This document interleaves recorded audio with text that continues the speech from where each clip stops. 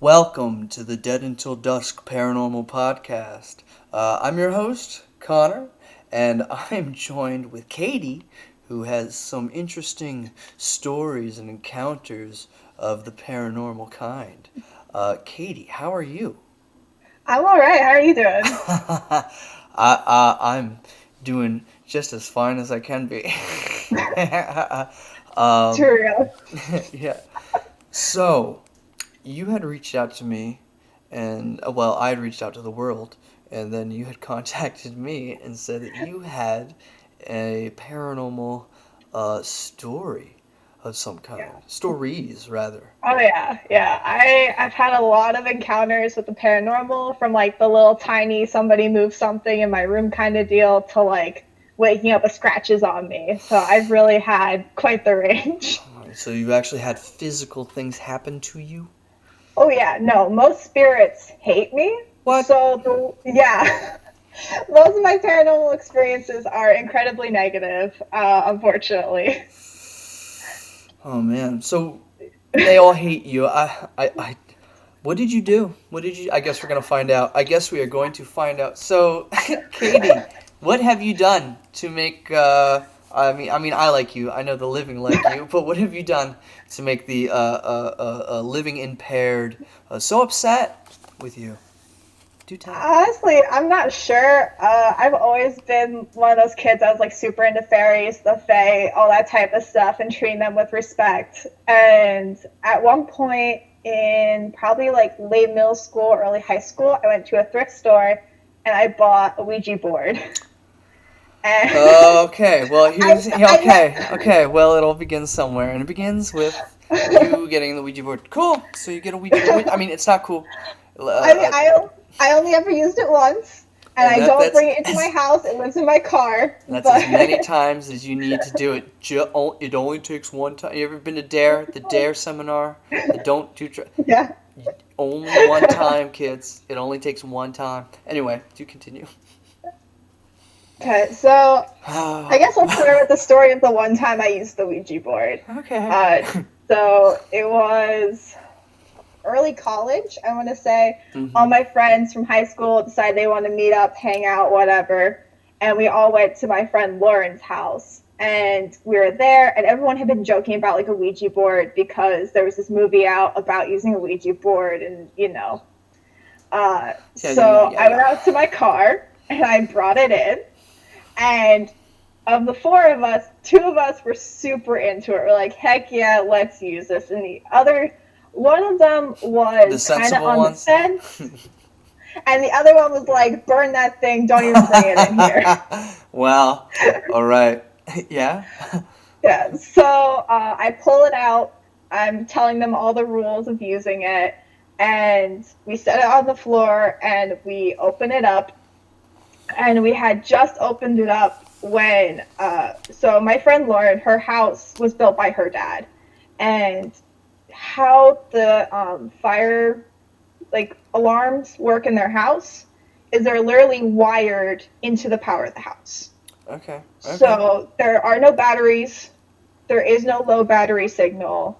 Like either the power is on and they are running, or the power is completely out and they are not on. Okay. So we open this up and it starts beeping. And it's just the one down in the basement where we're at. Just starts beeping like the low battery sound. Okay. And my friend starts freaking out, and we're all just like, why are you freaking out? It's fine. And she goes, no, you don't understand. And then that's when she tells us that all of them are hardwired into the power of the house. And it makes no sense that they would be beeping. Yes, Right. absolutely no sense. Okay. So she was the one that was on the fence, and she's like, close it, like make it stop, Mm-hmm. make it go away. And I'm like, okay, I'll close it. So I close it out, and about as soon as I closed it out, it stopped beeping. Okay. Okay. And you guys are you guys like actively trying to debunk why it would be? I mean, we tried that night to figure out what would have happened, but we couldn't figure it out just because they're literally hardwired into the house. Mm-hmm. So if there had been no power in the house, they'd be off. Mm-hmm. And there's no low battery, there's none of that with them because they are hardwired into the electricity of the house. Yeah. Okay. Well, there's that. All right. Yeah, so that was the time I used a Ouija board. Uh, I mean, I didn't sense any negative things in the space. One of Now, I my was just about to friends say, claims that she did, but did anybody else feel unease other than just the unease of the board being present? yeah, no. The one that felt the most unease was like, oh, I think there's something like outside the door. But of course, we're all just like, oh, you're scared of the board anyway. Like, Uh-huh. of course you're gonna think there's something out there in the Yeah. dark. And okay, so this was sometime in college, you say? Yeah, that was early college. Okay, early college. Yeah. All right. Um, so probably one of my worst experiences with a ghost outside of that was actually like early high school. I was probably going to like 10th grade. And So now we're going back in time. yeah, All right. yeah. So you're in high school now. hmm Okay. And I was working on a musical at the Caldwell. Oh, so when you say the Caldwell, Yeah. okay, so you're in high school working on a musical at Yeah. a place known as the Caldwell Consistory. Consistory, Yeah. and that's located in Bloomsburg, Pennsylvania. The only Yep. town, I might add, in Pennsylvania. Look it up, folks. This is reality. We have cities, we have boroughs, and we have townships, but there's only one town in all of Pennsylvania. Look it up. So, continue. We're the OGs. So high school. Yeah. Yeah. We're going this musical. So how this space is set up is there's a theater, of course, with like auditorium seating. Stage is like set up a little bit higher from the floor, and there's space so that you can do acting out on the floor in front of the seats. And I was playing in the pit for it, and we were up on the stage, like towards the back of the stage. And our director had left his notebook on the conductor's stand, and I was the person that was kind of helping him not set it down and walk away. And You were an assistant. yeah, so I noticed that he had forgotten it, and they were running a scene down in that space, like in the seats. So I couldn't just get up and walk down because I didn't want to walk through the scene to hand him this notebook. Okay. Well, stage right, there's like no hallway. There's no space to go around that way. Stage left, however, there is a hallway. And how it's set up is you walk backstage, you walk through this doorway, you're like kind of in a stairwell, and you can either go down the stairs, up the stairs, or through this other hallway that goes to the outside of the auditorium. And this hallway has 2 doors, 1 window halfway down, and it's just solid stone. There's no lights, no nothing in it. And everyone had been creeped out by this hallway the entire time. And of course, like, you can only fit 1 person through it at a time. Like, it's a very narrow hallway. There's no natural light. It's already gonna make you feel spooky. Yeah, it's just a naturally creepy space anyway. But I was walking through with this notebook, and I just feel a change. Like, I can't describe it any other way than that. And I look behind me, and these are heavy, solid wood doors at both ends of this hallway. I look back, and I see the one that I just come through very slowly closing. And then it slams shut. And I'm just like, okay, just keep walking, stay calm. And I'm walking, and I get to, the window is about halfway down the hallway. And I get to that window, and something in me just says, run. So I do. So I just start bolting down the rest of this hallway, and I watch as the other door, that's even heavier than the other one, slowly close and then slam shut in front of me. And I can, yeah. And I can just feel two spots, like on my shoulder blades, just like burning through. And I am just running. And I am like yanking on this doorknob. I'm like slamming on the door. I am screaming, trying to get out of this. And I just feel that like heat and intensity and pressure just getting more and more and more intense, like something was coming up behind me. Ooh, ooh, And ooh. right as Yeah. oh yeah, and I was like having trouble breathing and everything. And like right as I felt, I almost felt like pressure around my throat, like somebody had their hand around my throat.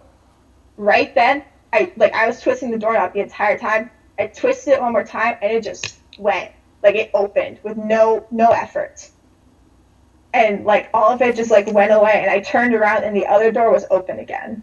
Oh. And so I go around into the auditorium, like after taking a few breaths, just trying to like calm myself down.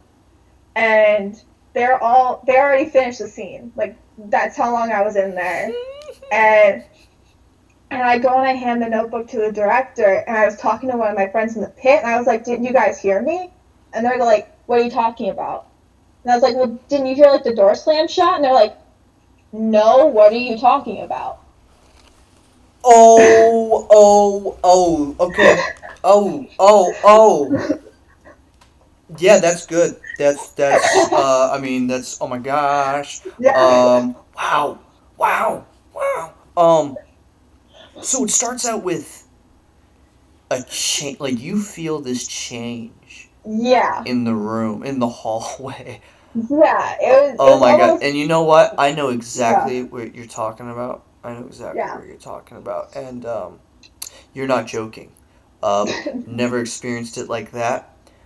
But I know what you're talking about, that change. And now, I just have to ask, just from personal experiences being there, Yeah, is that change? It's not until you've entered the space, right? Like, you could stand outside the door and know, ugh, but then you, like, step in and you're like, oh, yeah. wow, it's even tighter once you. It's like, ooh, I'm talking about it and I feel it. Ladies and gentlemen, I'm gonna grab my little. I know I'm off screen for just a second, but I'm still talking. I'm grabbing my K2 EMF meter. Badow. Just so y'all seeing the birdie. I'm gonna keep this with me now. If anybody like sees it going off or anything crazy, just let me know in the comments because man, am I feeling weird. Okay. Oh yeah, So yeah. if it like goes off, let us know. Hopefully you can see when it whoosh, flashes. Hopefully I'm not moving around too much. Okay, it's still good. Ooh. Well, I guess I got cell phones and all kinds of stuff going on right now. So it Yeah. we'll see how credible all the claims are with the K2 meter. But this is really creepy. Not only do I know this location very well, Yeah. but I know I know what you mean about the Yeah. feeling that change when you enter the room, and then you see the door Oh yeah. shut.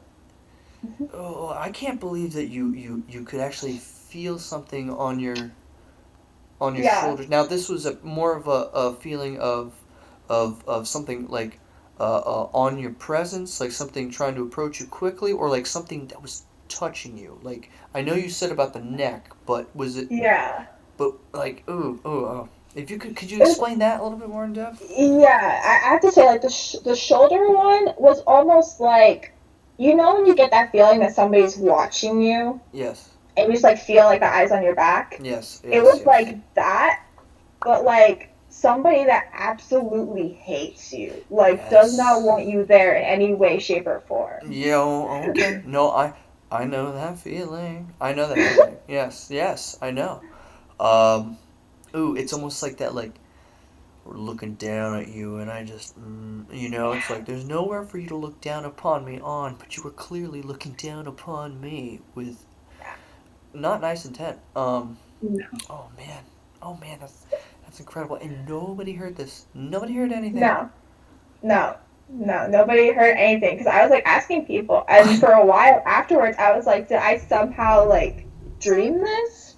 Yeah. But like that day, like I just had that, just that weird feeling afterwards where you're just kind of like, you almost have like chills the entire rest of the day Yeah. because of it.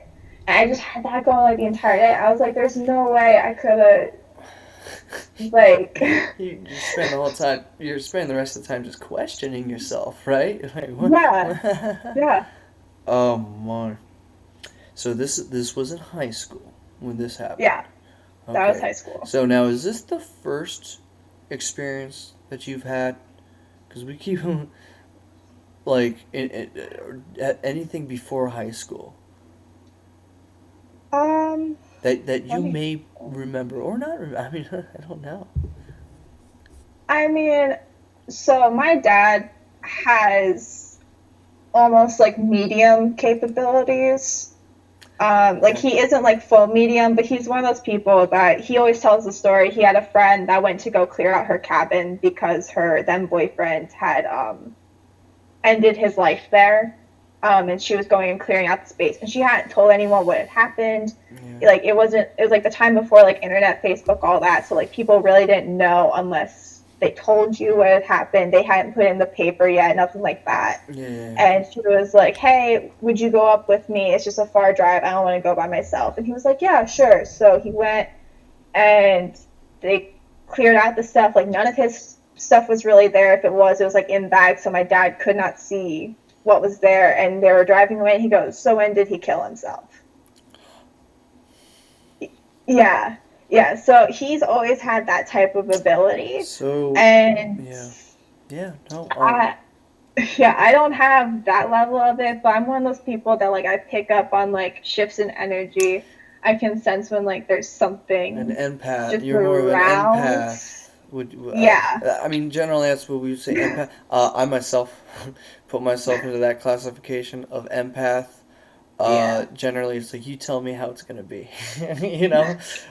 yeah, Exactly, because I'll go either way. Um, and being able to sense other people's emotions. I mean, this goes. I mean, to me, is another thing that I believe anybody can learn and pick up on because for me, I think I honed in on these senses in performing and acting as a young yeah, child because it's all about energy.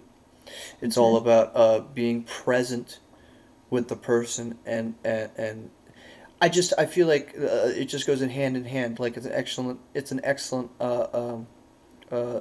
learning step, you know, yeah, in understanding what energy is, feeling how it's real, how it's yeah. really real, and you can really pass and like, and then when there's an audience, oh, like I mean, Oh yeah, yeah, it's real, man, it's real, and we all can do it. We all can do it, whether we know it or not. We're all acting. Yeah. It's true. Um, but no, so in your family there is a so you're saying your father yeah, has he's on a sensitive level, meaning yeah, you know he's in tune. He can pick up on these things, like you just said, leaving this cabin or place where his friend was cleaning up someone who just took their own life's place, and then he says, when did you do it? And nobody said anything to yeah, him. I mean, that's incredible. And I do think it's real. People can pick up on these things. Um, yeah. oh man. Now, as far as you know, or is this the only strange in the veil connection, or beyond the veil connection you have in the family? I see. I don't really know because it'd have to be through that side of the family essentially. Okay. Um, and like that side of the family is just a few generations from like Poland, Czechoslovakia, Russia. So Okay. like they don't really talk about those types of things. Like when I had to do a family tree project, I could barely even get us back to the generation that came over here, and that was my great great grandfather. Like So, I mean, there's a lot of unknowns for you. There, yeah, you could have gypsies in the family, as far as you know. exactly. Hey, Like I'm gonna be doing an ancestry thing whenever there's a sale going on. And Solid, I'm solid. I'm gonna try to find out, some of my ethnic background. Very cool, very cool. Uh, so yeah, I mean, do you have any very interesting and strange stories that you can recall off the top of your head from high school going on to college? Trying to think. I mean, I had so the theater that we both grew up in, BTE. Bloomsburg Theater Ensemble, the beautiful Alvina Krauss. Yes, located in downtown Bloomsburg, yet again the only town in Pennsylvania. Look it the up. OGs. Yeah, yeah. So at Bloomsburg Theater Ensemble. Like if you talk to anyone there, it's incredibly haunted. Oh, The entire theater. oh yeah. Speaking of Alvina, I myself know a very good Alvina story where one of the directors, while giving out notes, he's giving out notes. He's giving out. I mean, this happened. I have this person friends on Facebook. I'm going to talk to him eventually. Yeah. He's giving out notes. He's giving out notes, and at one point he's he's just doing his. You know how they get. Blah, blah, blah, blah, blah, blah, blah. Okay, Alvina, I'll get to it. I'll get to it. Blah, blah, blah, blah, blah. Everybody's like, what? And then like later on, after notes and everything, it's like, so what was that? He's like, what was what? He's like, you like responded to Alvina, and oh, yeah, I did, didn't I? And like, it was one of those things where and she's like, and don't forget this, and he's like, I know, it's like, what? So that happened. That totally, I know personally. I know I'm just projecting myself in right now, but I know. I know it is. I know it is. I can't wait to get in there and do some fun stuff. Hopefully this leads to that. So yeah, so at Bloomsburg Theater Ensemble, you've had some kind of paranormal experience? Yeah, I mean, I've had just about every show I've worked on since high school. I've had some sort of experience there. Really? Because backstage, we believe there's two spirits there. We call them the guys. Oh, you think they're both men? Yeah, yeah, they wear heavy boots. Okay, go. Yeah, yeah. So my first experience is actually dealing with them because they had messed with other shows I've worked on, but I never actually got to interact with them. It was the 39 Steps. It was the first show that I had actually worked backstage on. Yeah. And for part of it, we had a dummy, like a life-size cloth dummy with like a plastic face. Yeah. And the thing was creepy. Like, straight up, all the dummies that we use are creepy. And my job for cleaning up at the end of the show was I had to get this dummy and move it into the stage left hallway and just have it sitting there kind of out of the way. So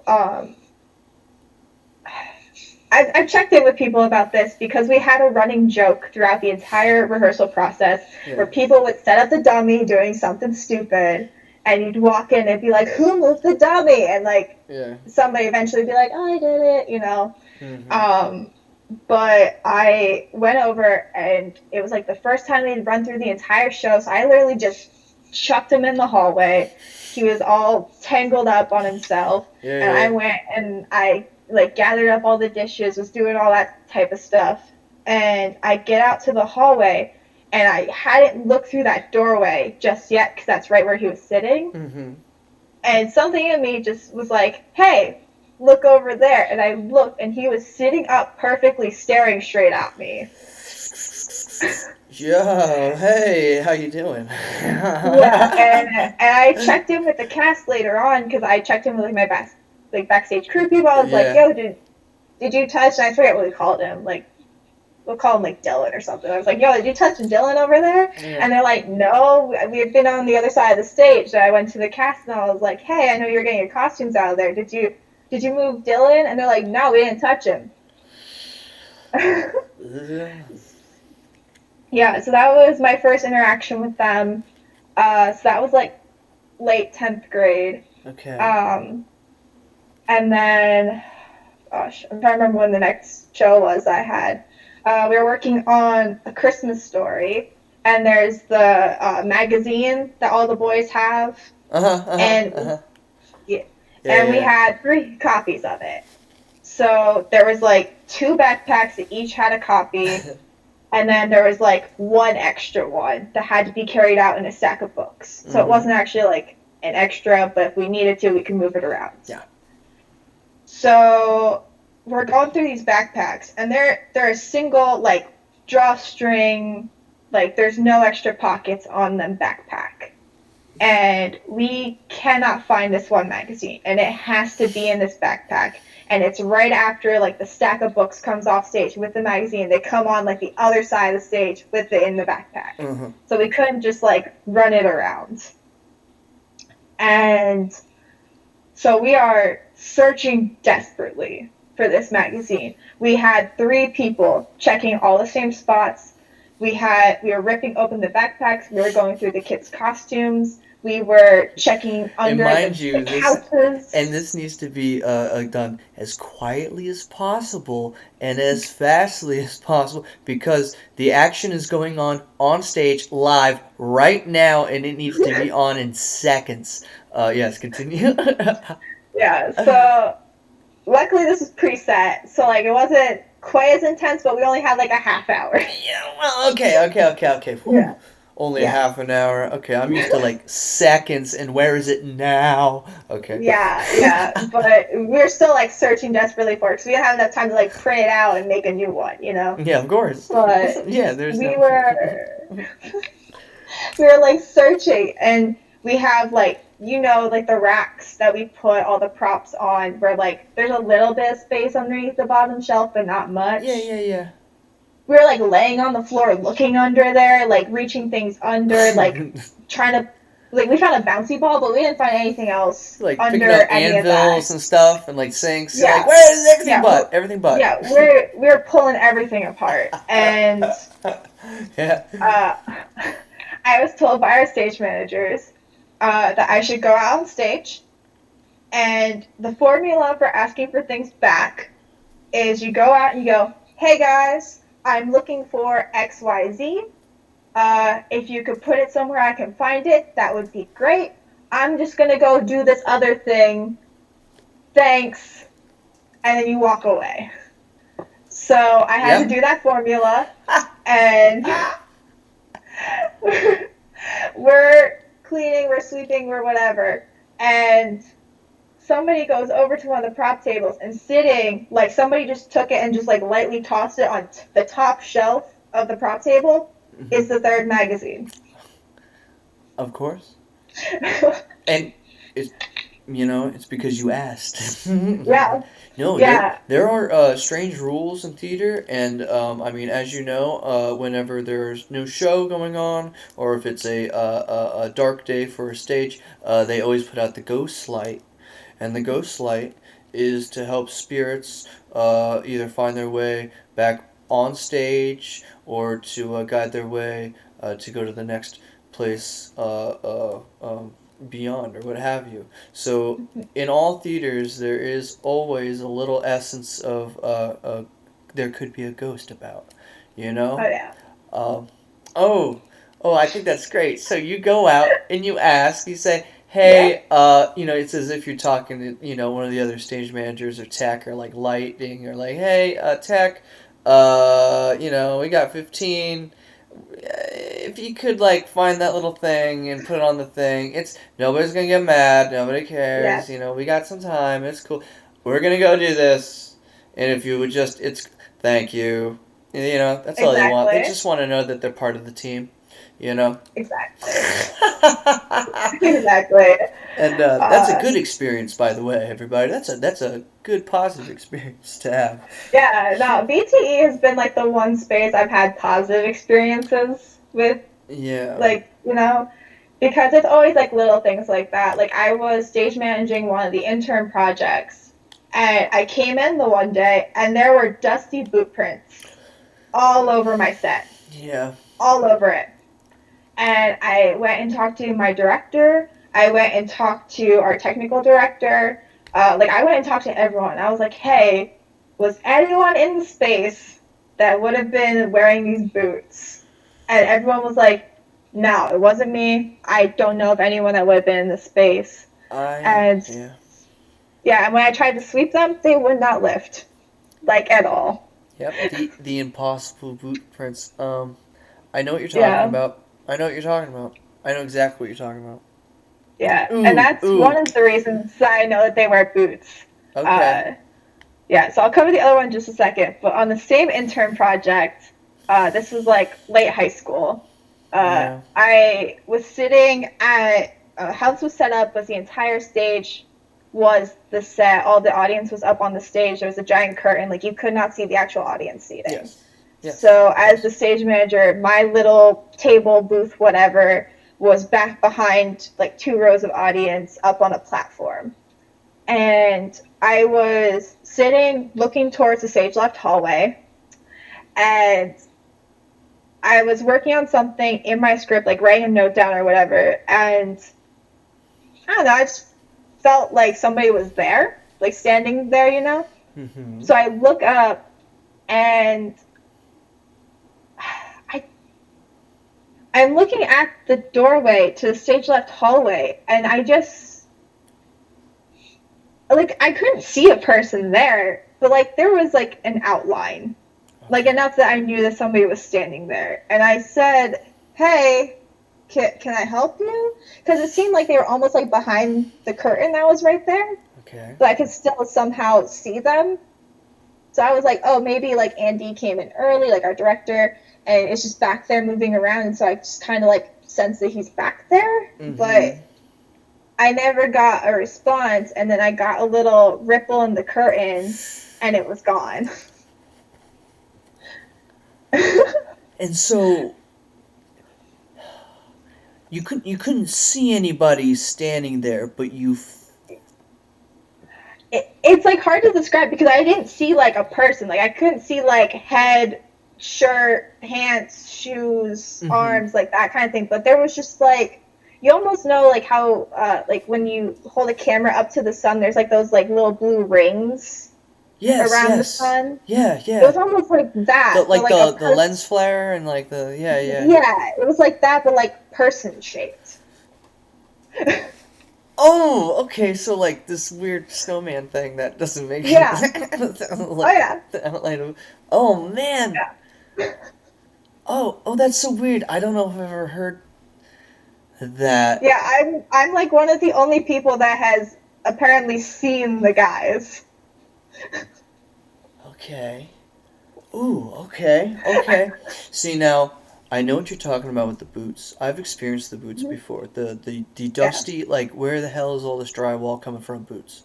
Yeah. Right? It looks like dry. It's like Yeah. with this white. What is it? It won't come up. You wipe it, and it's always a little bit still there, and you pray that no one's gonna murder you just because there's white boot marks that you can't bring up. Yeah.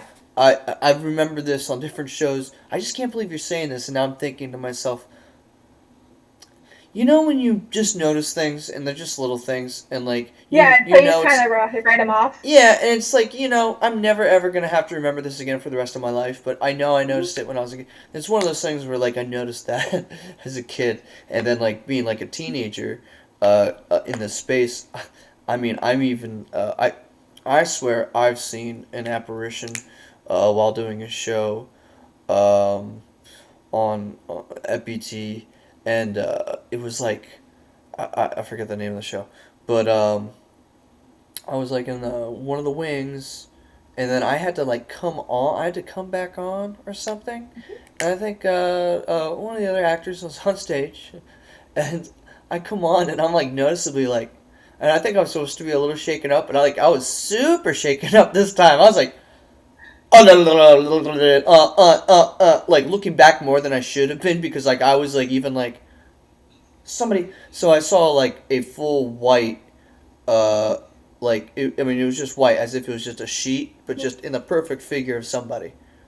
Like, in the wing, as soon as I was coming off, like, I could see it in my peripheral, so I was like, what? Like, and it's like, no, I have to be on, but what? Like, I want to stop. Every part of me wants to stop and see, and it'd be like, what? But you can't stop. You cannot stop. Yeah. So I'm, like, a little shaken up, and then after the scene, I get in the wings, I'm looking around, I'm like, what? Who? who, you know. So that Yeah. was one of mine where actually I felt like it was very quick. It's like, did I see that? Because I know I saw the shape. Mhm. I mean, my brain told me person, but Yeah. yeah, I've experienced definitely the feeling of somebody being around there. I've never felt Yeah. malevolence. Always just interested as to what's going on. You Mhm. know. Yeah. Exactly. Oh man, so that's fascinating that you have some stories from Bloomsburg Theater Ensemble, located Yeah. in Bloomsburg, Pennsylvania. Yeah. Oh, that's very cool. That's very Yeah. cool. Because we had something similar to the magazine happen just last summer before, um, last summer. Something Grim was the show. It was a world premiere written by a couple of our resident actors. Oh, Um, yeah, and we had this I think I missed intern. that. I must have been, I must have been out doing my thing. But yeah, okay. Yeah, so we had this intern from a college up in Vermont, and he's like, "Yeah, I believe in ghosts, but like, there's nothing here." He was that type of energy. He's like, "You have to like absolutely prove me wrong." Like, he, yeah, he's the type that like, I would imagine he would actually fight a ghost if he physically could. Okay. Okay.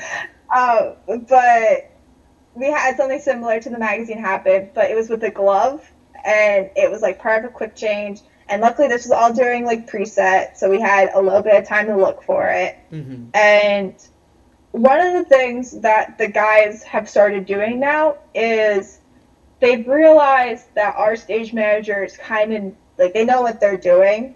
So unless they just want to like essentially prank us, they will leave us alone unless they notice that something isn't done. Okay. So if there's something on like that pre-show checklist that isn't finished, they will notice and they'll do something about it. They're gonna make you notice, and that's what Oh I'm yeah, saying. They're making sure everybody stay on their toes.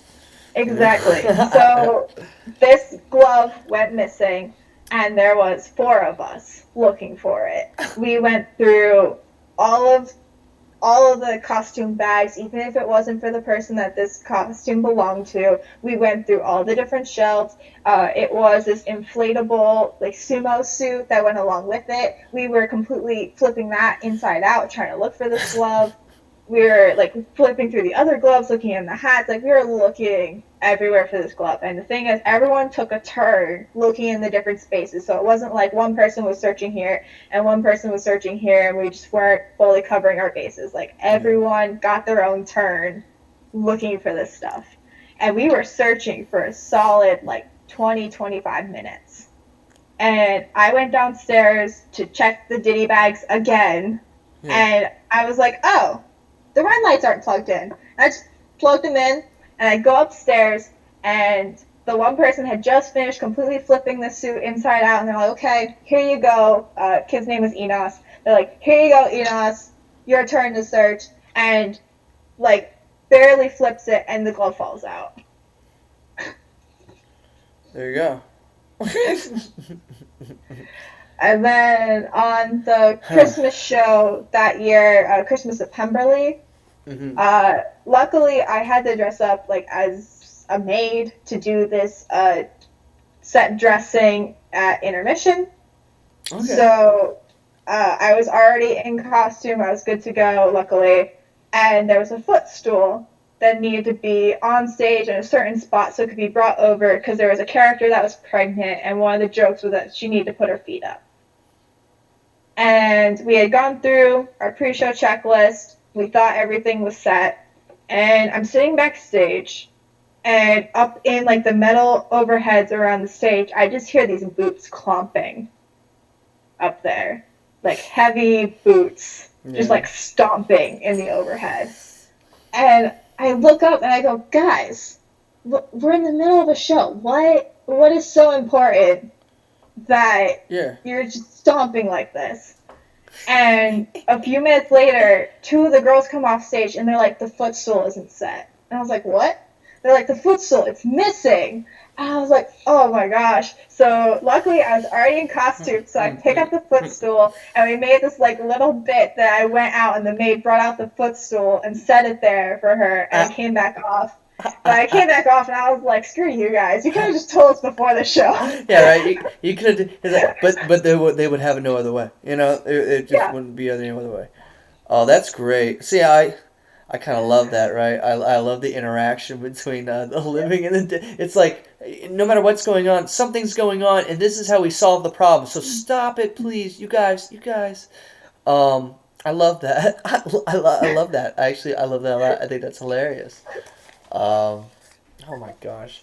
So, oh wow. So we have the two eternal techies, backstage managers, forever at Bloomsburg Theater Ensemble. Yeah. Oh wow! So don't forget if you're in one of the side seats at BTE, whenever that day comes, to look in the wings and see if you can see any of these boots going on, stuff like that. See if you Yeah. can see white prints on the beautiful painted floor that someone did. Yeah. So just saying. Well, that's fascinating. I love that. I love that. Well, I love for me, it's a place that's so close and dear to my heart because, as you said, Blizzard Theater Ensemble is a place where I grew up too. So yes, many many memories. They're haunted and Yeah. otherwise. But great. Um, we've been talking for just a little bit of time now. I don't have like a time code stamp. Oh wait, yes I do. It's about 41 minutes. About 41 minutes that we've been chatting. Um, we have options, Katie. Okay. This is where you can win the raffle. No, I'm kidding. Not yet, but not paid for, but not sponsored by, but willing to be. Uh, we can either end the session and maybe think about some other thing. I don't know if there are any other like stories that you really want to share right now. I feel like there are. I feel like we just hit like the tip of an iceberg that goes like so much deeper and like we are the ship just heading towards that thing. So let's rip a hole in the bow and what do you got? What do you got? Okay, so I have two more like wild stories. Okay. So I'll start with the one that's related to theater. Okay. So between the glove incident and the boot stomping incident, we had a show that we did in correlation with Bloomsburg University and like the BU players, and it was taking place in a cemetery, Rosemont Cemetery, up on the hill, and I was working backstage on this. And essentially for this, I had to go, there was two of us, and we would kind of like leapfrog to the next like little scene, sketch, whatever you want to call it.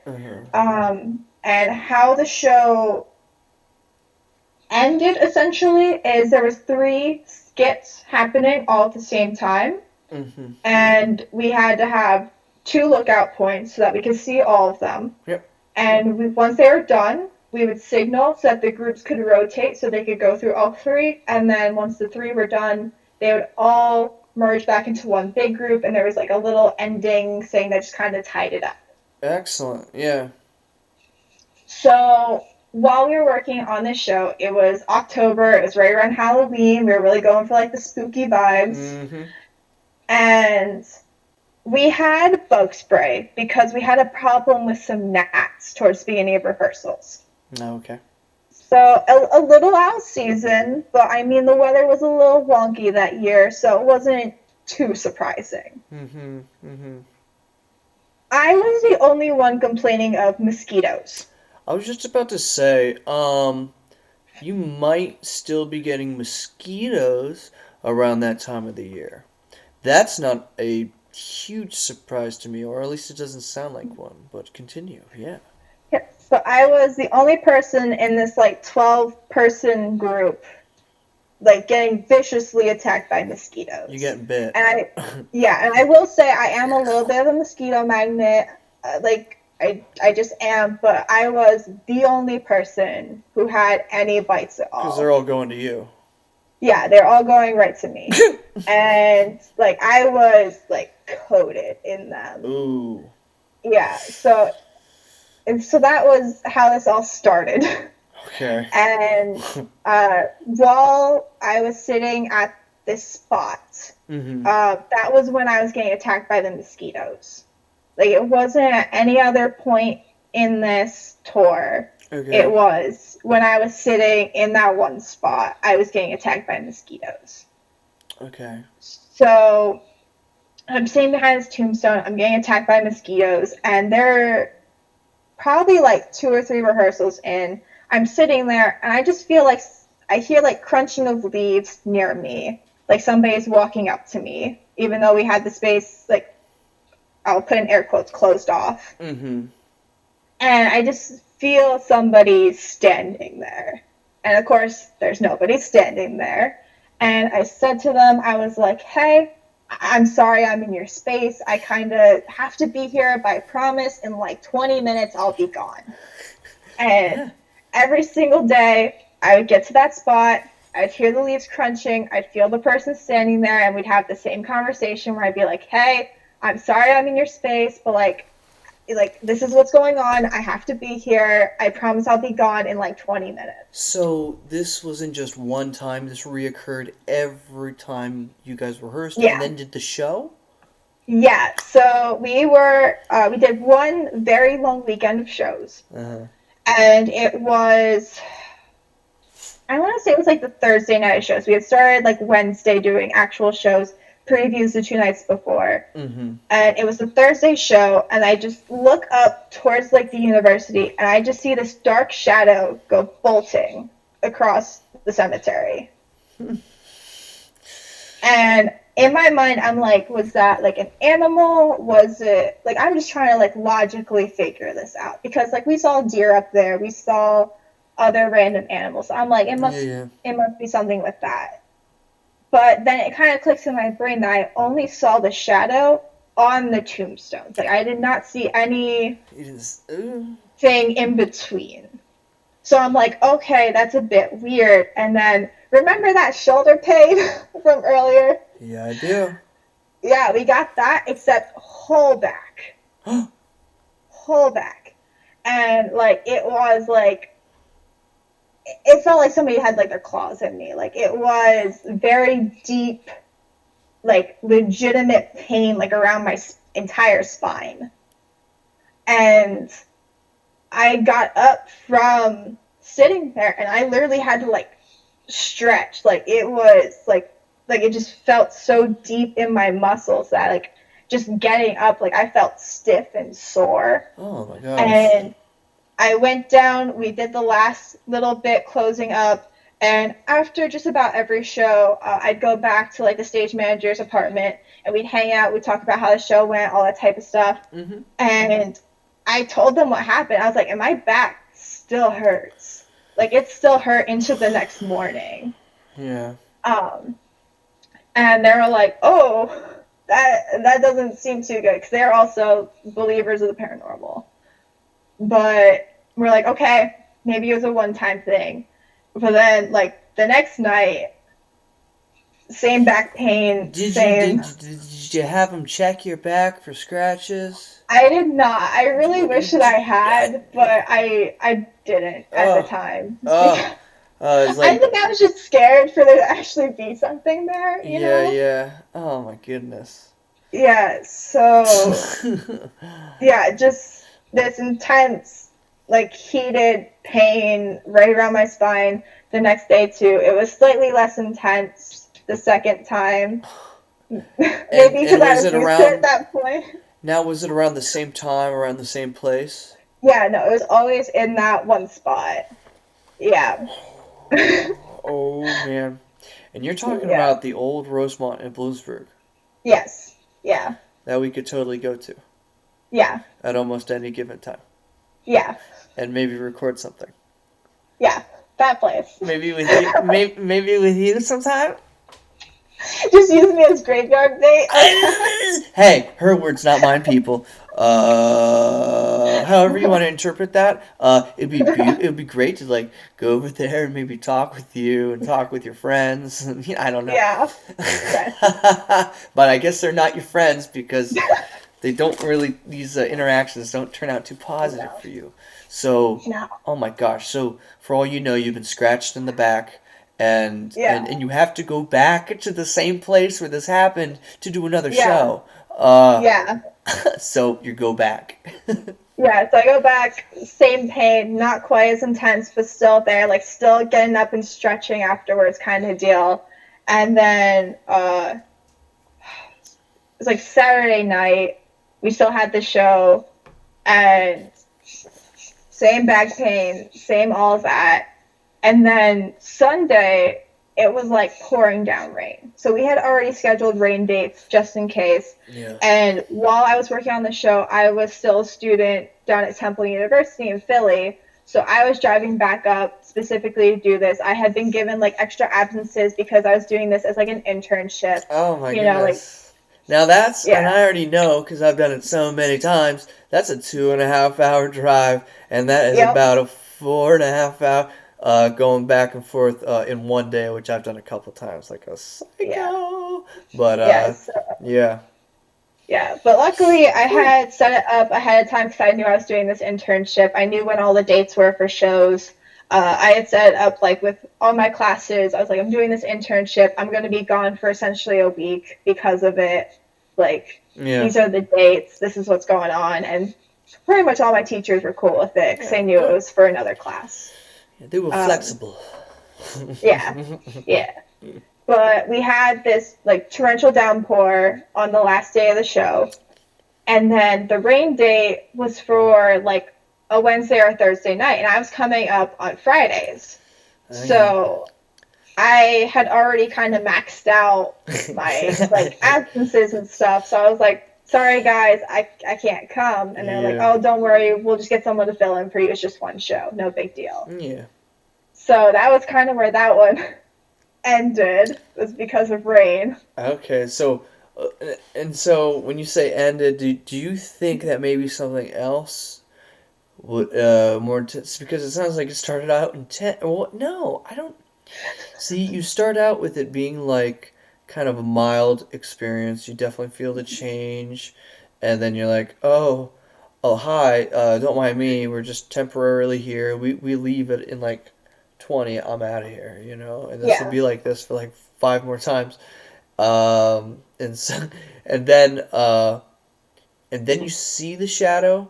Like you don't yeah, see a solid mass per se of shadow, but you see like the shadow of something hitting the tombstones. So like yes, kind of making this like striped, you know what I mean? Like yeah, I hope people can like imagine that like something with that like casting a shadow and then it's just hitting tombstones. I'm trying to think of like a really good movie where that happens, and I don't know if that happens in Nightmare for Christmas or someone in the comments figure it out. But hey, if you can just imagine that imagery, and then you say after noticing that, that's when you feel this physical pain on your yeah. back. Yeah, it was almost immediate after I saw the shadow. Oh, It it's was like, what immediately was actually, that? yeah, it was right Process after. it, pain. Oh, ooh, Yeah, so now, I mean, that of course makes me think of so many different things. It's like, is it because you saw the shadow? Is it because you questioned the shadow? yeah, Does it have anything to do with that shadow? Does it have anything to do with whatever you felt before you saw the shadow? I mean, who knows? Because, you're in a cemetery and there's probably a lot of things going on there, you know? Oh man, and so nobody else but you. Did anybody else like notice anything weird or say anything weird or? I think one of my stage managers that was in like the other spot, I asked her if she had seen the shadow, and she's like, I thought I saw something like in the corner of my eye, but I didn't catch what it was. But she was the one that, like, she is a little bit in tune with like the paranormal, that type of stuff. And she's like, I didn't get any of that kind of energy from there. She's like, I got a lot of sad people. Like I got a lot of like sad energies drawing me to tombstones. I just sit there and talk to them and like check in with them. She's like, but I didn't get like any negative energies. And I was like, okay, cool. So Okay. I guess I got all of them. And yet they all came to you. Well, maybe that's Yeah. the thing. They just weren't focused on her at all because they knew that you were picking it up. You know. Yeah. Which, I mean, that's usually that's how it goes though. Sometimes. It's quite often that, I mean, it isn't until you've noticed something that, you know, that's when it notices. Have you ever seen Rango or like something like it? I can't help but noticing you, noticing me, noticing you. Yeah. It's like, okay. Um, yeah. Wow. Katie, these are excellent stories. I mean, and these are all true. They've all happened These to are all you. true. They're all Yeah. My personal. big thing is I don't lie. Like, I had a friend growing up that was a pathological liar, and just watching the path she set herself on, I was like, nah, I just can't. Like, if I lie, I feel like really anxious, really sick to my stomach. Like, I don't. Like, I just can't. The truth allows you to be free. Yeah, exactly. Excellent. Excellent. Well, um, this is great. Do you have anything else crazy that you'd like to share? Yeah, I Doesn't even have have. one more. This is probably like my biggest story, my longest running story. Let's hear Um, it. Let's hear it. Yet again, we are joined with Katie, who has some really great personal experiences with the paranormal. Most of them have been a little negative for Super her. negative. Just a little bit, just a little bit. But Katie, please share with us again one of your great stories. Okay, so a couple of years ago, I feel like it's been like 4 or 5 years now. My parents started looking for houses because they wanted to move out of town. They wanted to have some land. They wanted to like raise goats, bees, have a shooting range, that type of thing. The whole kit Uh, caboodle. so they found this house that we now currently live in, and it was originally like at one point it was an arbory. So there's like trees everywhere. It's very densely packed with trees. Nice. Um, there's a whole bunch of like outbuildings, barns, that type of stuff. And the actual house that we live in has been expanded 3 times. Oh. Oh. So it was originally just a little tiny farmhouse, and then they added onto it just to make it a little bit bigger, and that's the section that I live in. And then the section that my parents live in, somebody, like, within the past, like, probably 20, 30 years, like double the size of the house. And there was a window to nowhere. Like in our bathroom downstairs, when we took out the drywall, we found the old clapboard siding of the original house. Oh, cool. Yeah, so it's like a really old house. When they expanded it, they just kind of like literally built right on top of it. Oh, yeah. So trying to think how to start this. It's like in my section, we started my section first to make sure it was ready to fully move in because like all the water pipes were burst. There was no electricity, all that stuff. It was a foreclosed house. They hadn't taken care of it. And we wanted to get my section of the house ready to live in as soon as possible because I was away at college. It was easier to work on it, and then I didn't have to worry as much about like moving it because my parents were here full time. They could take a box over every day, kind of deal. Mm-hmm, mm-hmm. So we got my room done first, and I was living here. And then, do you remember what summer it was that we had that like mini flood, and it took out part of Benton? Yeah,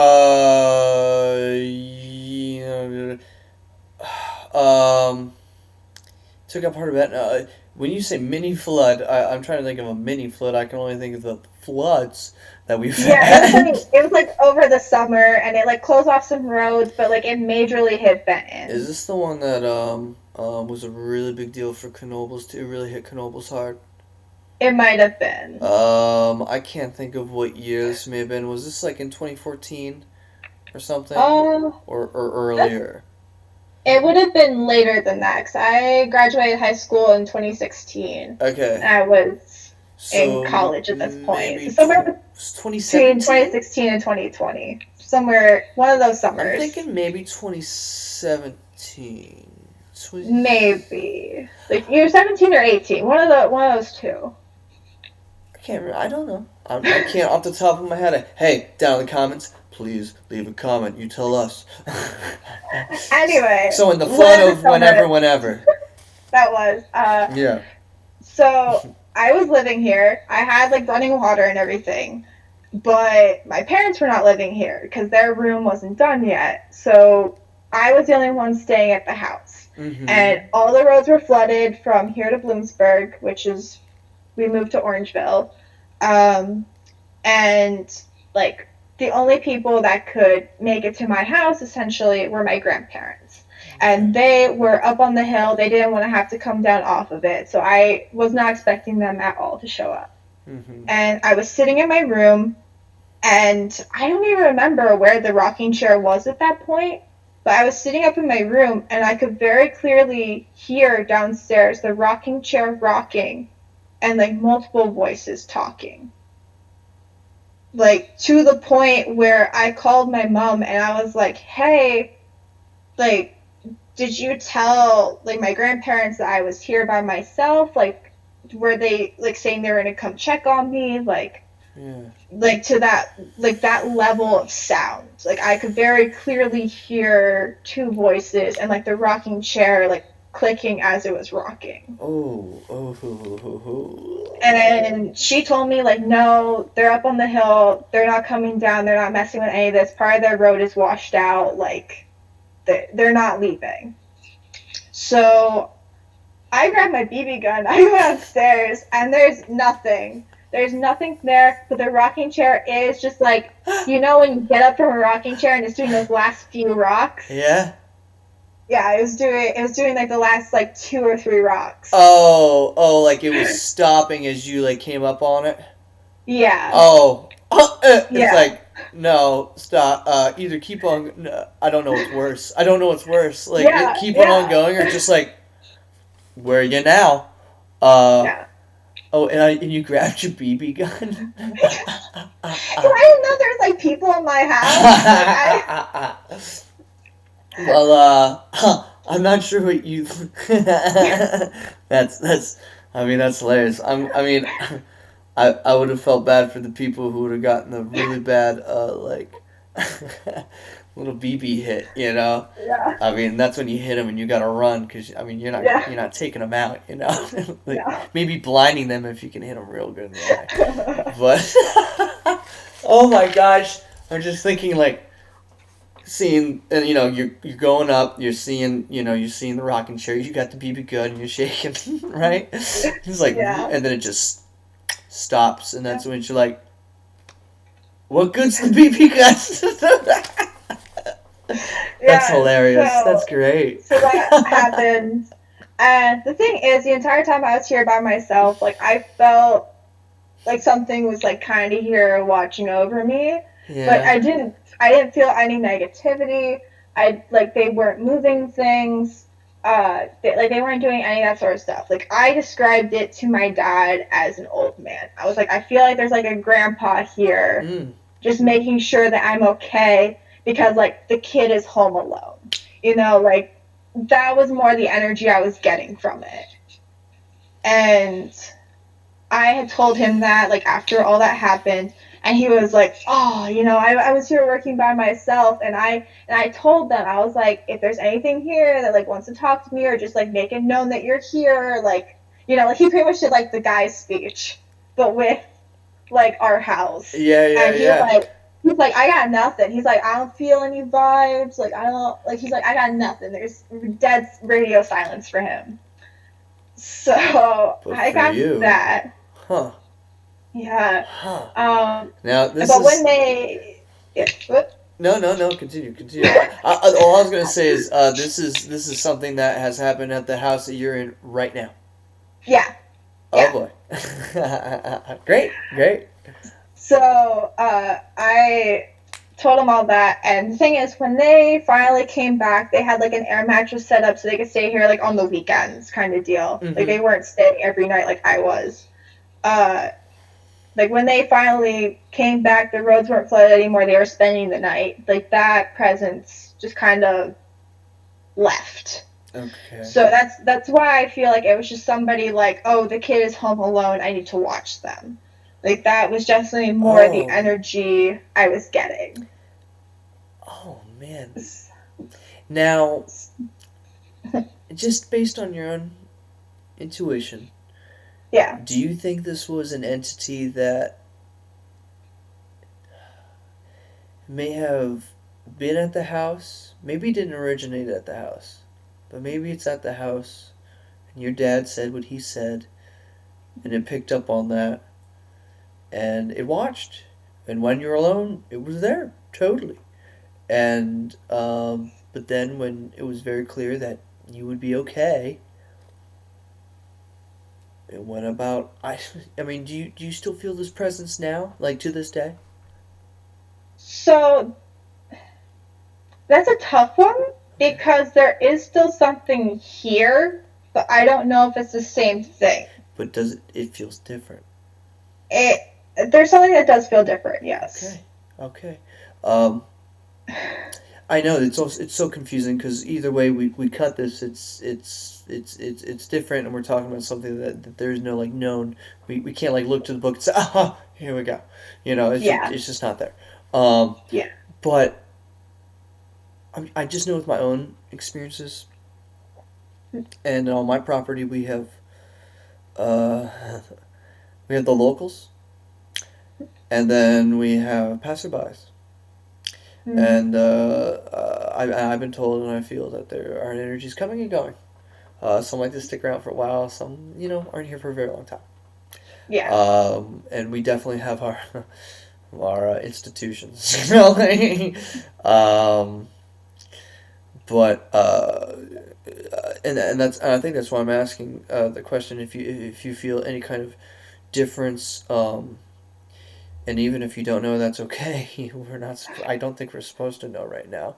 But do you feel that this might be the same presence, with a different concern now, or a different presence with another concern? Like, do you know what I mean? Yeah, I honestly think it might be a different presence Uh just huh. because I only hear like conversations and voices and stuff happening downstairs or like the rocking chair rocking, even though I honestly don't even remember where it's at in the house right now, but I always hear it downstairs, like in our dining room, which is where it was originally when we moved into the house. Like that's where we put it Oh. originally. But Oh. I think it's like out on like our sun porch, like in the like way back where like nobody goes because we just kind of keep stuff there until we're done working on rooms. So like Um, now you hear it, like, oh my gosh, oh that's fascinating. Yeah, yeah, yeah. yeah. So that pretty much only happens like if I'm here alone. Like my dad was doing outages for a while, so he'd be away for like a few weeks or even like a few months at a time. Mm-hmm. And it would be like I was here by myself or like my mom was here, but it was like just the girls at home, and I would like hear those voices, hear the rocking chair, that type of thing, like when that was happening. So it might even be just like somebody that thinks that there needs to be like a male presence Hmm. in the home, like just kind of to watch over things. Hmm. Hmm. So he only comes around when it's that type of situation. Okay. I do believe there are other energies here Okay. because of the experiences that I've had. So, there's one that I still haven't figured out what exactly they want or what their intention is, because I've only interacted with them twice. Okay. And both times it's been so I work on a concrete floor all day. I'm on my feet. So like in the morning I get up, I stretch. Before I go to bed, I stretch. Middle of the day, I'll just be sitting on my floor stretching. Good. Like Yeah. yeah, it's just the territory that comes with it. But I was sitting on my floor and I just felt like a temperature drop and I started shivering just sitting there on my floor, and I felt something standing at the doorway, and I didn't even look back because I knew that there wasn't like a physical body standing there. Mm-hmm. And I just went, it's not nice to spy on people. And I just went back to what I was doing, and it just like went away. Excellent. So, No, I mean, I think that's fascinating because I know that I've had some times where if I say something out loud, it's like, okay, enough. Oh, thank you. That doesn't always work for everybody, though. I'm not saying that always works. yeah. Oh. I think that one might be like a younger age or like younger energy, just because around my section of the house, especially in my room, I've had weird things happen with my stuff. So I had a stage manager kit, which is you keep all your it's essentially a mom purse of theater. And I had a headlamp in it, and it was one of those ones you had to slide over to click it on and off. And mine, I spilled something on it ages ago, so the button is really hard to move. Yeah. And so I had the stage manager kit set up. I had checked it just to make sure it would turn on, turned it back off, put it in the lock and lock container. It was off, and I left to go do something with my family. We all left the house, and I came back, and I came upstairs, and I opened my door. And I just see this glowing coming from that box. And I turn on my light and I go over and it's on, even though it's in the off position. So I had to click it a few times, and finally it turned off. And I put it back and just kind of went on with my business. There was another time that I always keep my closet doors open unless I have people coming over, just because I'm constantly in and out of it. And so I went to bed, and I woke up the next morning, and they're accordion doors for the closet. Yeah. And only one of them was completely shut. Okay. And so I went to my mom, because sometimes she'll if she's doing laundry and my stuff's over there, she'll bring it in my room. Maybe if it's only one or two things, she'll put it away, kind of deal. Yeah. And I went to her and I was like, hey, were you in my room? Did you do anything in my closet? And she was like, no, I haven't been over to that section of the house all day. And I was like, okay. And I asked my dad, I was like, were you in my room at all this morning? He was like, no, why would I be in your room? And we're the only three that live in the house. So yeah, that was fun, because I woke up and I was like, who the fuck touched my closet door? Who's in my shit? Yeah. Yeah. And in the room, right next to mine, it's just we just have a whole bunch of tools in it, and for the longest time we didn't have electricity to it, except for an extension cord. And on the extension cord was one of those work lamps you clip on, and it's the hard clip that you have to press it, slide it over, and it turns on the lamp. Yeah. So my mom went in there the one day, and she noticed that the light was on. And she's like, why is this light on? So she just clicked it off, and she turned around and took 2 steps, and she heard it click again, and she turned, and it was back on. So she just went and unplugged it. She's like, nuts to this. All right. Yeah, she'll mess with that. We don't have time. We don't have patience. No, not today. No. Oh my god, that's hilarious. So I think that was the energy that likes to spy on me, and I'll call him out for it. So I can see that you're in your room right now, right? Yeah. How are you feeling right now? How's everything? Everything's good. Everything's good. I mean, I feel a little bit of nervous energy, but I think it's not too bad. All right. Just do a quick scan. Yeah, we're about to get into the bad one. I mean, I'm just, if at any point, if mentally you want to ask them to come over here and and move the light, so there's a green light, light as to as it's a neutral read, there's nothing going on.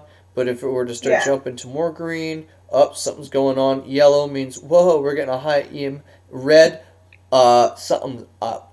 And right now we have a neutral read all around. I know I have all this electronic and stuff, but my cell phone is away from the device, and that's why I put it up here, and so I think if anybody were to see any like Yeah.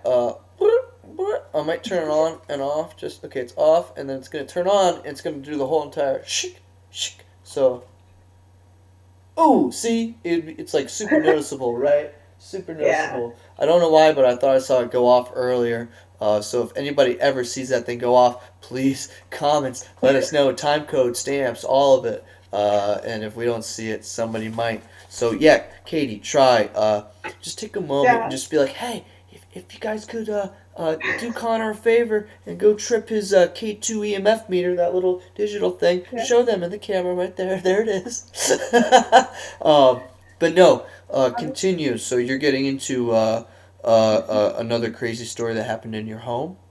Yes. Yeah, Okay. this is the bad one. This is the one that's actually left scratches on me. Oh my. I think I've been wearing these headphones wrong the whole entire time.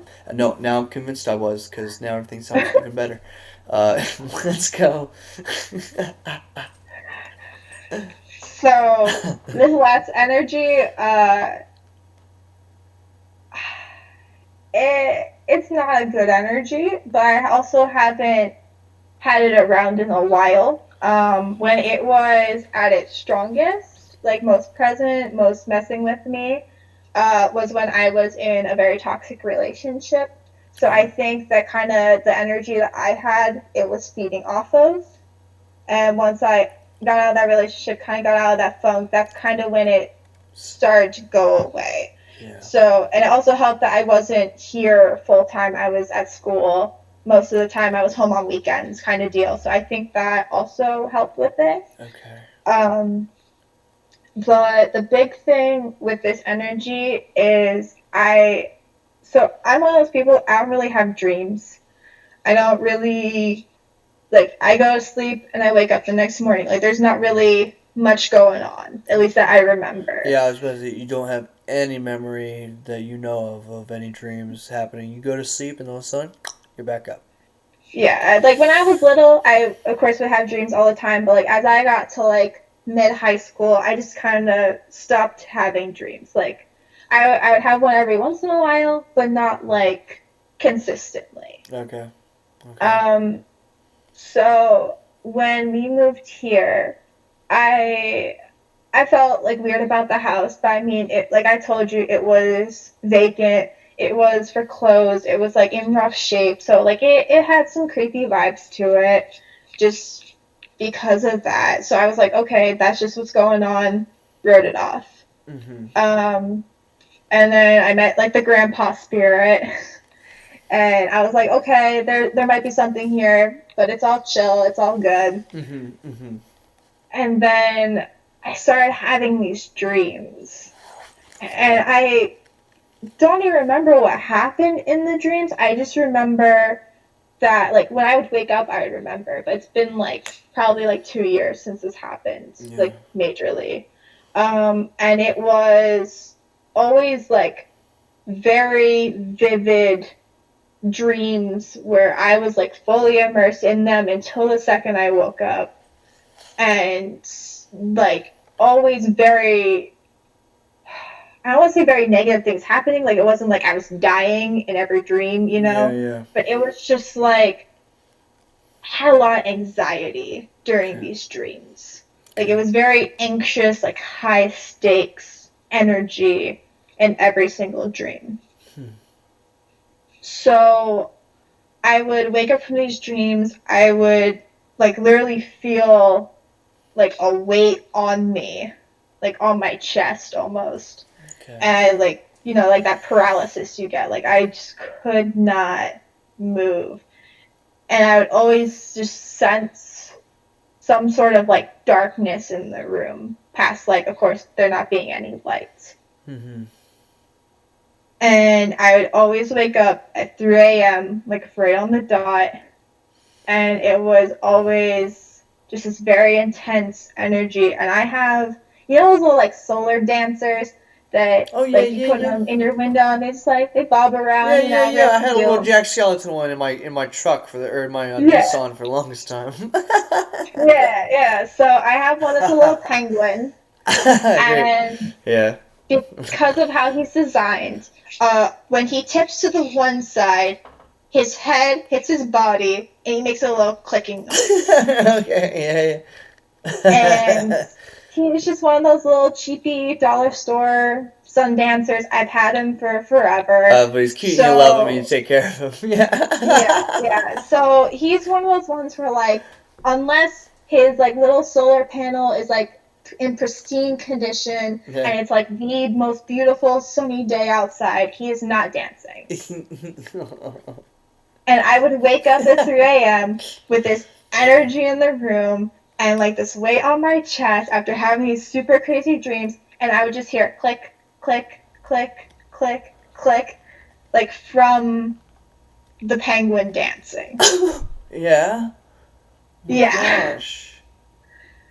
That's like Yeah. super cute and so ominous at the same time. Like Yeah. Yeah. so innocent. Any other time, so innocent. And now, like after all that, and it's like, it's like, what's wrong, Penguin Man? Oh my Yeah. gosh. Yeah. Yeah. So that was happening like Yeah. all at the same time, and it was happening every single night that I was sleeping there. Like I would go back to school, and at school there was one point where I like looked in the corner of my room because I was like staying at my brother's, Yeah. and I texted my then boyfriend. I was like, there's something standing in the corner of my room," and he was like, "No, there isn't. You're crazy." And I was like, "No, like there was something standing in the corner of my room, just like this dark black mass Yeah. in the corner of my room, like while this was like during the time this was all going on." He's like, "Oh, you're just seeing things, you're just imagining it, like just go to bed, you'll be fine, you'll wake up and be fine." And Yeah. yeah, and after I saw that there, then I started having the same nightmares and everything happening when I was at school. So before that, it was just when I was home, and then probably I was like a month into like the back and forth between school and home, and I saw this at my brother's house, and I started having those nightmares and that feeling and everything happening at his place. Okay. And so I was like, "Oh, cool. It's following me." Joy. Joy. Great. Awesome. Um So of course, once that was going on, the relationship was getting even worse. My mental state was just like going down the hole. Yeah. That was when I started waking up with scratches. Oh. Yeah. You're waiting. So So so wait. Oh my goodness. So it starts with you're actually like maybe seeing something and you're definitely sensing something and you're getting some kind of sleep paralysis thing happening at 3 a.m. You're hearing the yeah, evil penguin clicking, and now you have scratches on you, and yeah, you've even and you said before that you have felt things on you, but now you know that you're getting scratches. yeah, How did yeah. okay? How does this happen? How is this going down? And so the scratches were always in either twos or threes. And the story gets kind of worse. Like, Oh, okay, just you'll, kind you'll, of. you'll understand why I say that in just a moment. So the scratches were happening like twos and threes. They almost look like cat scratches. Yeah. Okay. Like they were just that light and like that style that's kind of spacing, maybe Yeah. like a little bit wider than like a cat scratch. But they were happening on spots that like my pajamas were covering, because I was trying to explain this to myself, because I was like, oh, maybe like my nails are too long, and I'm just like as Yeah. I'm tossing and turning, I'm accidentally scratching myself. Like I was going through all those thought processes. I was like trimming my nails down as far as I could. I was like wearing like longer sleeved, longer pants, like that type of stuff to bed, and these were Yeah. still happening under that. Oh man. Okay. Yeah, so I Well, just yeah. No, I'm just. I mean, good for you for trying to debunk like, okay, I'm being scratched somehow. How? And then having it very clear that, okay, I'm wearing PJs and there's nothing in the bed that's gonna scratch me, and my nails are getting through the PJs. Yeah. Ugh, ooh. And how long would you say each scratch would be generally? Um, Probably like I don't know, I'm not very good at estimating sizes. I'd say probably like an inch to maybe like 3 inches at the longest. Oh, really? So like maybe Just not as long as like a pencil per se. no, no, just like little short ones, like almost like the size of like a hairpin, like a bobby pin, Oh, was like the medium size that I ooh. would get. Like I was getting like these like little love Were scratches. they did they now yeah? Did they just seem more creature esque than like a human's nail, or do you know what I mean? Like just based on Yeah, size, you know? yeah. No, I know what you're getting at. It's like I the side like I would like when I was trying to figure out like if I was just scratching myself, like I would literally like space my fingers out Yeah. over them. And I would be like, okay, so maybe I did scratch myself, but how did I scratch myself that direction? And like my nails going that direction then, like, because they were very straight. Like they were always very straight lines. Uh huh. Like I said, like almost like a cat scratch. Uh But huh. of course, like my brother had a cat, but like the Yeah. cat was not allowed in my room. Okay. Like he and I would chill on the couch, but that was about the max of our interactions. And then when I was at home, we didn't have a cat at that time. So Mhm. and I was Mhm. also like in a loft bed. So like there was no animals around me during any of this. Or at least that you knew of. Yeah. I had one time I was eating Doritos in bed as a teenager. You just shouldn't do this anyway, but always wipe off your fingers after eating stuff with like cheese on them before you go to bed. Because even though you think the house is nice and tight and buttoned up, there's always an opportunity that a mouse is going to come in the middle of the night and be nibbling on the cheese off of your fingers, and you wake up startled, feeling a furry thing licking you, grabbing it, throwing it across the room, and hearing "Eek!" Uh, just trying to warn anybody and just trying to avoid that for anybody in the future because it's traumatic and it's not cool. Especially when that mouse thinks there's always a meal after that. When you wake up and see a mouse Yeah. looking at your toes, it's like, dude, there's nothing else. We got through this. I learned my lesson. You should too. Oh man. Yeah, But I anyway, can assure you that while I did snack in bed at school, yeah, there were no like foods or anything like in my bed. Like I was very good about crumbs and all that. that's Like good. I That's good. kept it clean. This is how you get mice people. Anyway, but continuing on, you've now woken up with physical scratches on you, little scratches, not like Yeah. big, long scratches, but like little straight Yeah. scratches, like a cat almost. Yeah, almost. And they were probably like inch and a half, 2 inches on average. There were a few that were like longer than that, probably like closer to like 3 or 4 inches. Yeah. But like most of the time, they were just like those little shorter ones. Mm. And I almost took it as a sign that it was like like you're kind of stuck with me. I'm here. I'm whatever, Oh, you know, okay. because I had gone from only having it at my house to I was traveling 2.5 hours away Mhm. Mhm. and having it then happen there after like a month of it just not happening down there at all. So you kind of took it as a reminder to you that it don't matter where you Yeah, yeah, that's definitely more the energy I got are. from it. Like I called them little love scratches because that it was literally like a little reminder that like We care. it it, I don't it know. was following, We like scare that was because we more the care. vibe. Oh man, I mean it's all about perception, and I mean like if it's gonna be happening to you, at least try to be positive about it until it's very clear that it's not a positive thing. I Yeah, can't say that in in I'm not sure how positive it truly is for you.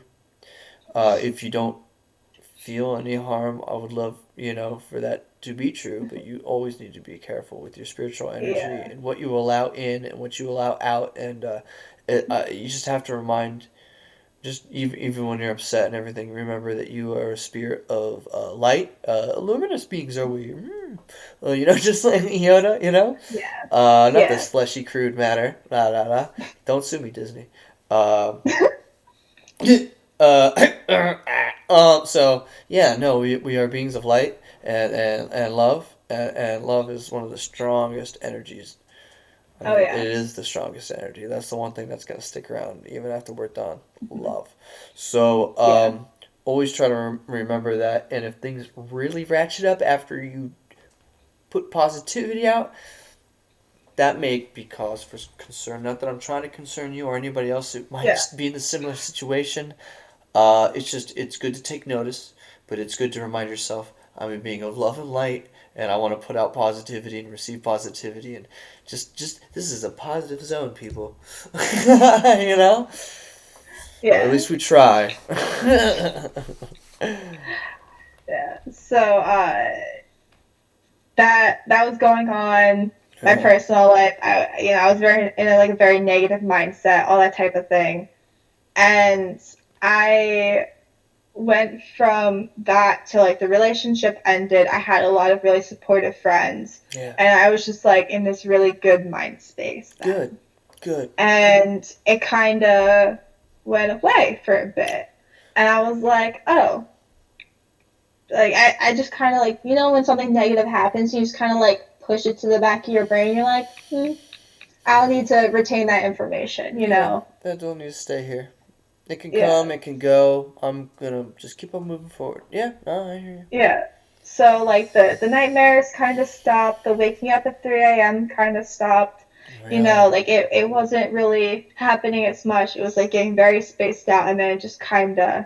I couldn't even tell you when it actually ended because it was so gradual I with was me coming out of that mindset I was just that about to say, now, in your honest opinion, do you think it even did end?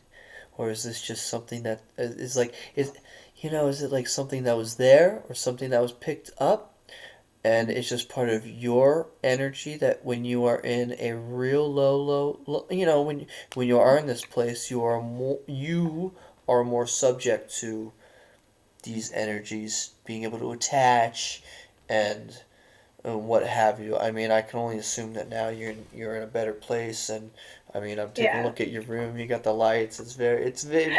You look very comfortable, is what I'm saying. Um, and so like, have you noticed like, what I'm saying is like, is it that same energy, but now it's like you flip the script on it, you know, and so now it's acting more in your favor as opposed to like now you can sleep. Now you're not waking up. Now you're not getting scratches. Yeah. Yeah, I definitely think it was something that was feeding off of my negativity. Okay. Because as my negativity was getting like I was becoming more and more negative, it was becoming more and more present. It was doing more scratches. It was doing crazier dreams. It was And see now, heavier weight on the chest, that type of thing. during Uh, this time, did you ever notice anything like move around in the house? Were things moving around a lot more in the house at all? I mean, pretty much the main thing that was moving was that solar penguin, and that Okay. was at 3 a.m. when it was pitch black out, Hmm. and it was probably October, November is when this was happening. The really heavy set part of it. There was one point, so it kind of went away, and then I was I'm in this great mindset. The world is my oyster, that kind of thing. Yeah. And I met this guy, and a very negative personal experience happened with this person. Okay. Yeah. And as I was trying to kind of shut that out from my brain, I started feeling that energy around me again. Oh, okay. It was kind of it was just waiting in the back corner for Yeah, yeah, something to yeah. happen that I could kind of latch onto. Yeah. And once that personal experience happened, I was kind of like, not as much, but going on a more negative mindset generally. Yeah. And I like had that experience happening again. And the one night when I woke up during that, the penguin was clicking. There, I just felt this like something was over me. Okay. And I could hear like I still haven't figured out what it was. I think it was probably my closet doors, like opening and closing. Okay. And I have a loft bed, so of course I couldn't see any of that. Okay. But there was a noise of like something kind of being like slammed around in my room. Yeah. Now, like, could your brain like come up with the file of, okay, that must be the door, the window, of like that noise that most sounds like like, could you recognize? You couldn't recognize what it was, could you? Yeah, it was one of those like I like that noise was just kind of like stored in here, like in my head. And then when I woke up the next morning, I was like, okay, what was that? And I just kind of went around. I just like moved things around, Just to of get course, like the very gently. yeah. And the thing that was the most similar was like sliding open and close those accordion closet Oh, the doors. doors. Oh man. Okay. Yeah. So that happened, and my she's now my little in my fraternity. But we were just friends. We were just friends at the time before she became my little, and I Yeah, was telling, yeah, I was telling her about what was going on, yeah. and she was like, "This sounds pretty serious. Like you need to like sage your room or something." And I was like, no, it'll just go away on its own. I did that last time. It'll And she was buff like, out. last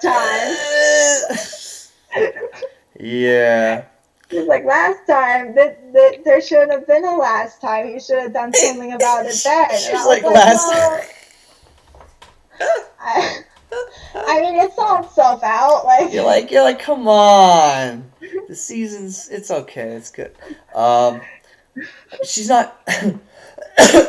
I don't think it's ever bad for anybody to sage. I think anybody could sage anytime they wanted to. I don't think sage is bad. I think if there's something super negative going on, you might find out a little quicker if you had not been saging.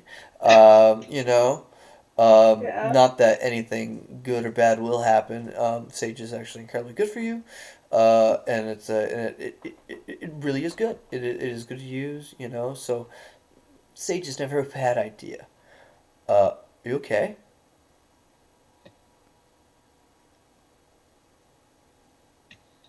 What do you hear? Yeah, sorry. I just. What's going on? I What's going on, Katie? don't know. I'm just feeling one of those, You're feeling it you right know? now? Yeah. And we're talking about sage. Right as we're talking about sage and the actual beneficial properties it has. I'm going to grab my sage right now. Hold the heck on.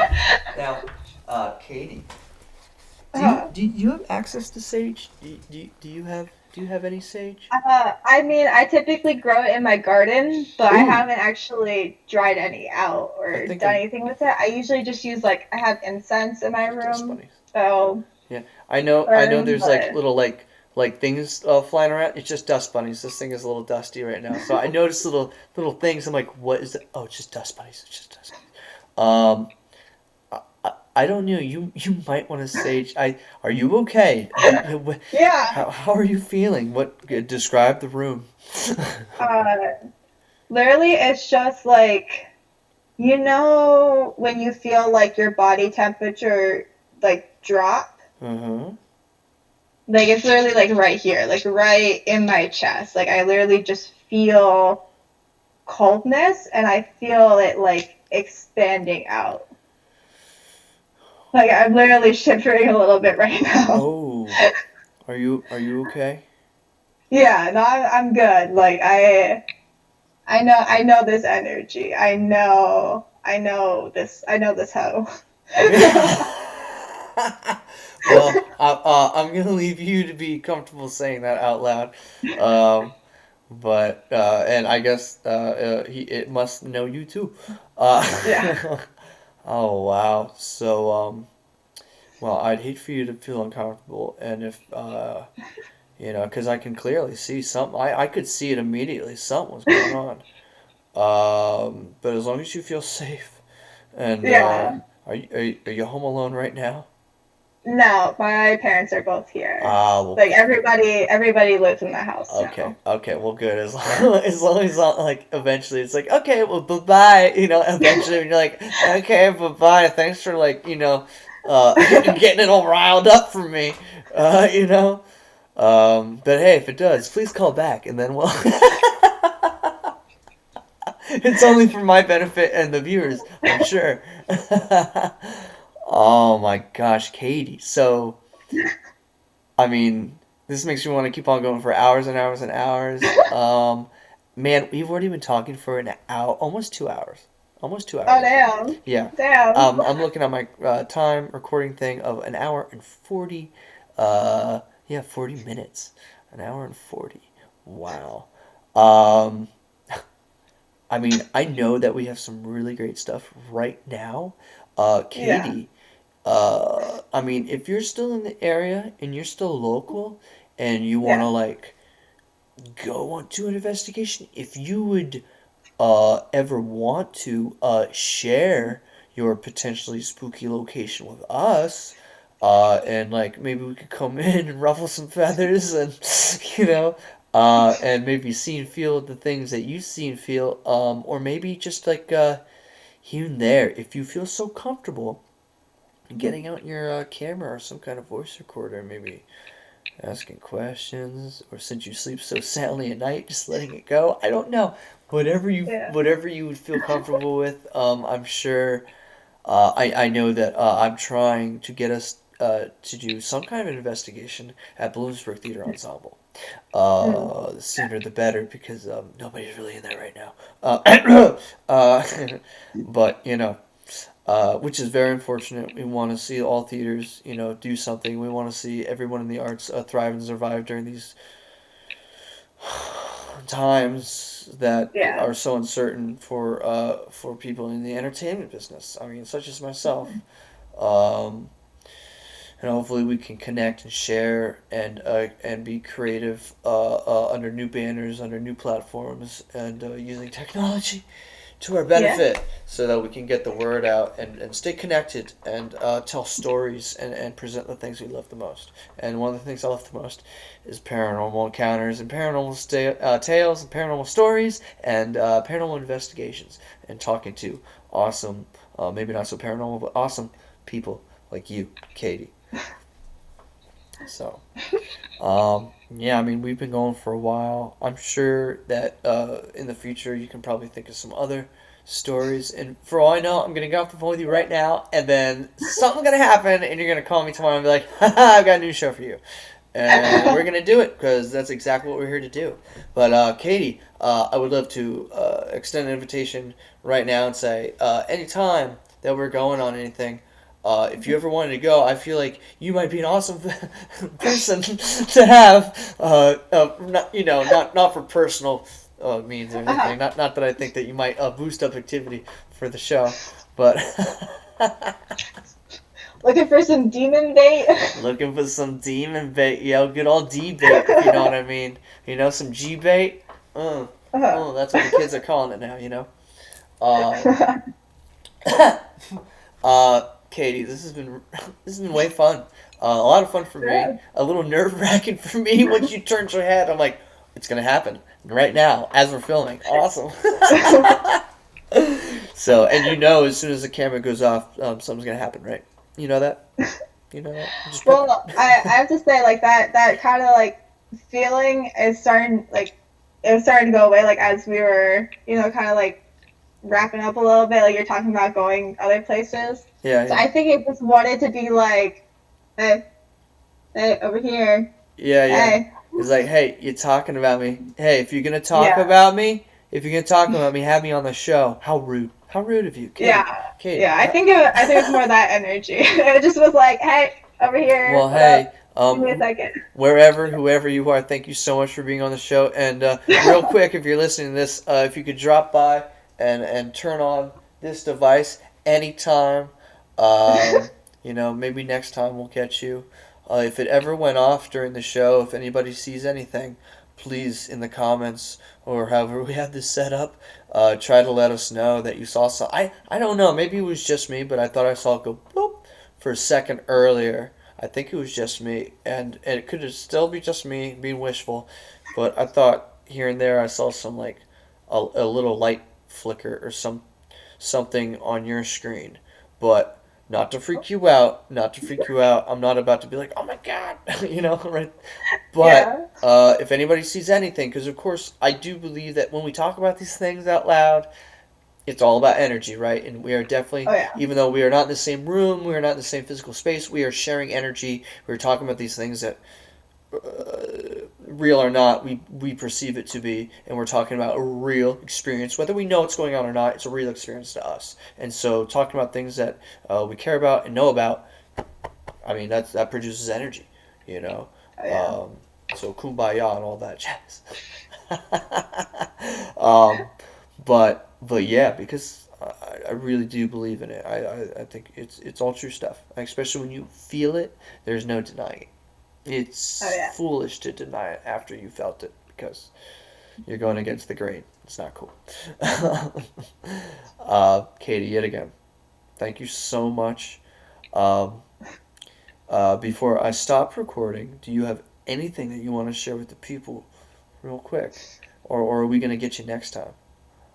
Probably get me next time because I have some more like smaller stories that I can like sprinkle in. Excellent, excellent. Yeah, and we'll give you time to think about how you want to like present those, because I have a feeling we could talk just as long, if not longer, the next time. Because who knows what will Yeah. happen between now and then? Like literally, right after we stop, who knows what might happen? But that's why everybody has to just stick around and keep waiting for the shows. Hopefully, we get Katie back here very soon, and hopefully, when we can safely be around each other and have an investigation, we can do so. Katie, I'm really thinking that maybe we should schedule a Rosemont and a BT session here Oh yeah. shortly. Like not extremely shortly, but like let's see how the schedules allow it and like try to do something. I think that might be cool. Yeah, that'd be pretty cool. So yeah, I'm thinking so too. um, Hey, thank you so much. Thank you for reaching out to the call when I was asking if Yeah. anybody had any paranormal encounters. And man, I don't know what's going on, but it's something. You got something going on. And the stories at That BT. pains me. The stories at BT, I love all these stories, all these encounters. They're fantastic, and you're fantastic, and it's so fantastic that you came out to talk with us tonight. So thank you. Yeah, thanks for having me. Um, Yet again, this has been Dead Until Dusk Paranormal Podcast. Thank you all for joining us. Now's the time to turn those lights back on and blow out that candle and make sure you got some fresh new PJs to put on. And thank you so much for joining us. Remember, stay spooky, everyone. Katie, thank you so much. Thank you. All right.